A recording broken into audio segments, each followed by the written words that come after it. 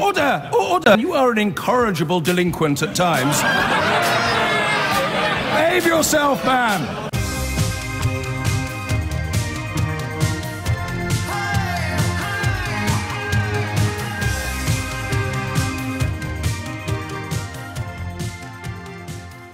Because I have a journalist on the line who writes for Business Week magazine, but more pertinently today is also a reporter for Bloomberg. And there is, to my untutored eye, an astonishing story that has been published today by Bloomberg under the headline, Brexit's Big Short, How Pollsters Helped Hedge Funds Beat the Crash. Now, post-Brexit, regardless of how you voted, we can all agree that we have a massive media problem in that a lot of the opinion-forming ends of the media, the best-selling newspapers in the country, for example, The Sun and the Daily Mail, were so slavishly behind Brexit that they are ideologically incapable now of reporting anything that casts it in a negative light. And this means that we're genuinely not getting the truth about quite a lot of issues. The Russian angle or the data manipulation would be very good examples. But this story seems to me to potentially eclipse even those. Kit Chelel is the co-author, the co-writer of this piece and joins me on the line now. Where do we start, Kit? Can we start by asking, it's a 7-month investigation, I gather. What was the inspiration for launching it? Hi, James. Thanks for having me on. I guess one of the inspirations for the story was Nigel Farage's own words on the evening of the Brexit vote. In that time period between 10 p.m. and midnight, when we didn't have any real data about what was happening and before any results came in, he gave an interview to, I think it was the Press Association, in which he talked about his friends in the City of London who had done some big private polling. And for us, this idea that a financial institution or a hedge fund could use private polling to inform their trading decisions was fascinating. We didn't know it existed. And so we sort of set down the path of trying to find out what was going on. And what did you find? Well, the main thing we found was that hedge funds hired some of Britain's best-known polling firms to help them make a profit on one of the biggest currency crashes in history, which happened immediately after the country voted to leave the EU. And how did they do it? Well, part of the reason they could make a profit on this trade was that the financial markets, like many other people, had got this wrong. They miscalculated the likelihood of a leave vote. And so that made it very cheap for hedge funds to trade the pound, among other things, and increase their potential profits. But they needed to have an accurate gauge of public opinion to do that, and that's where the polling firms came in. So the polling firms then would have been advising these hedge funds that the vote looked likely to go to leave, and when it was publicly pronounced that it looked as if it was going to go to remain, the opportunity to make a ton of money was established. That's one possible trading strategy, yes. You could use the missentiment in the market to buy cheap derivatives, for example. It makes the trading more profitable. But there are other strategies you could use. For instance, if you knew, for example, that a polling company would be releasing a public poll at a given time, if you knew in advance or were able to predict in advance what that public poll would say, you could trade off the poll itself.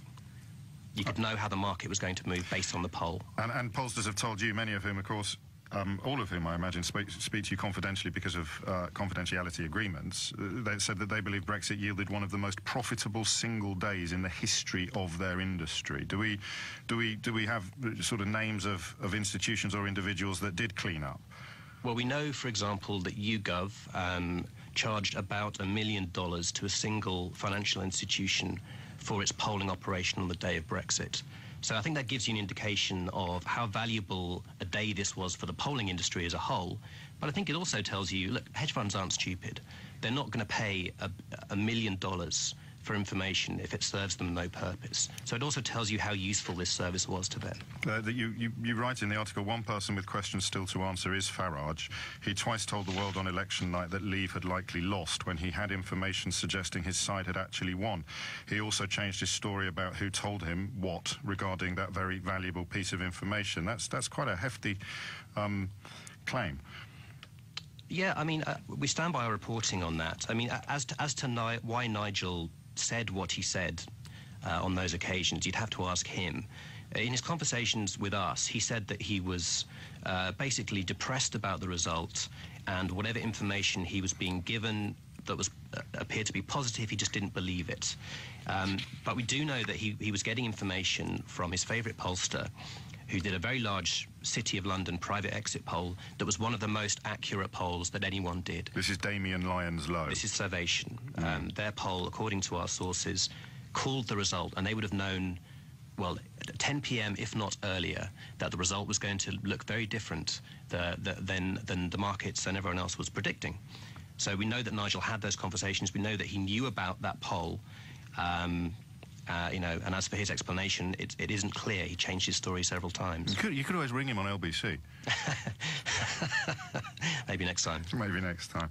And I've seen Robert Peston, the political editor of ITV, former economics editor at BBC, suggesting that this is the sort of story that the Financial Conduct Authority and the Bank of England might want to look into. First of all, would you agree with that? And secondly, why? I mean, what kind of potential transgression have you identified in layman's terms?